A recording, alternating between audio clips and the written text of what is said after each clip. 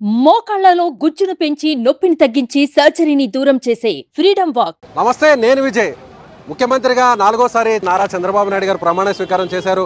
అయితే ఆయనకు సంబంధించి గతంలో 2014లో ఆయన సీఎంగా ఉన్నప్పుడు ఎలాంటి కాన్వాయ్ని వాడారో ఆ కాన్వాయ్లో ఉన్నటువంటి జామర్ వెహికల్ ఇది.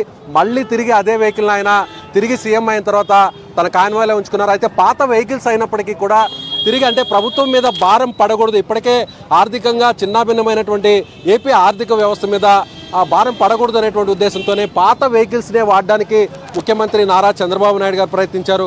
కానీ పాత వెహికల్స్ కావడంతో అవి మొరాయించాయి, అవి సక్రమంగా పనిచేయకపోవడంతో కాన్వాయ్లోనే ఆ వెహికల్ ఆగిపోయినటువంటి పరిస్థితి. సో ఈరోజు అరేంజ్ చేసినటువంటి కాన్వాయ్ని చూస్తే పాత వెహికల్స్ ఎవరైతే అధికారులకు సంబంధించి ప్రోటోకాల్ అధికారులు కావచ్చు, లేదంటే పోలీసు ఉన్నతాధికారులు వాడుతున్నటువంటి వాహనాల్లో తన కాన్వాయ్ని పెట్టుకున్నటువంటి ఆ వాహనాలనే తన కాన్వాయ్కి పెట్టుకున్నారు. మనం గతంలో చూడవచ్చు, తెలంగాణ రాష్ట్రంలో ముఖ్యమంత్రి కాకముందే కొంతమంది నాయకులు ప్రత్యేకంగా కోట్ల విలువైనటువంటి కొన్ని వాహనాలను ఏర్పాటు చేసుకున్నటువంటి పరిస్థితి, అంటే ప్రభుత్వం మీద భారం పడే విధంగా చేసినటువంటి పరిస్థితి. కానీ చంద్రబాబు గారు మాత్రం ఎక్కడా కూడా ప్రజాధనాన్ని దుర్వినియోగం చేయకూడదు, ఉన్నటువంటి వెహికల్స్నే తిరిగి వాడాలి అనేటువంటి ఉద్దేశంతో ఆయన గతంలో సీఎంగా ఉన్నప్పుడు తన కాన్వాయ్లో వాడేటువంటి వెహికల్నే మళ్ళీ కూడా వాడేటువంటి ప్రయత్నం చేశారు. కానీ అవి పూర్తిస్థాయి కండిషన్లో లేకపోవడం వల్ల, పాతవి అయిపోవడం వల్ల ఆగిపోయినటువంటి పరిస్థితి. సో ఆక్టోపస్లో ఉన్నటువంటి అధికారులు, పోలీసు అధికారులు ఆ వెహికల్ని బ్యాటరీ డౌన్ అవ్వడంతో, సెల్ఫ్ స్టార్ట్ కాకపోవడంతో వారందరూ కూడా నెట్టుతూ స్టార్ట్ చేసినటువంటి పరిస్థితి. సో అక్కడ మనం చూడవచ్చు,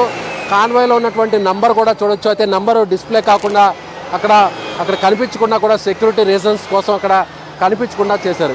ఈ ఒక్క చిన్న ఉదాహరణే మనం చెప్పవచ్చు. ప్రభుత్వం మీద భారం పడకుండా ప్రజాప్రతినిధులు, సీఎంలు ఎలా ఉండాలి, అందరికీ ఎలా ఆదర్శవంతంగా ఉండాలి అనే దానికి ఇదొక చిన్న ఉదాహరణగా చెప్పాలి.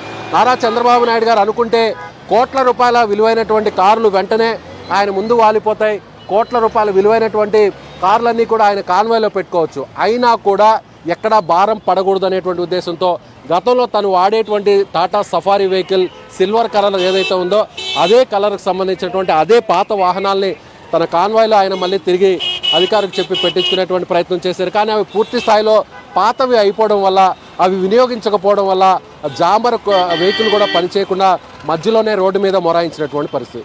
సో ఇది చంద్రబాబు నాయుడు గారు ముఖ్యంగా ఏదైతే ఆర్థిక వ్యవస్థ మీద ఆయనకున్నటువంటి దూరదృష్టి కావచ్చు, ప్రజాధనాన్ని దుర్వినియోగం చేసుకోకుండా ఏ విధంగా తన ఖర్చులు భారం ప్రజల మీద, ప్రజాధనం మీద, ఖజానా మీద పడకూడదు అనే దానికి ఇదొక చిన్న ఉదాహరణగా మనం చెప్పేటువంటి పరిస్థితి.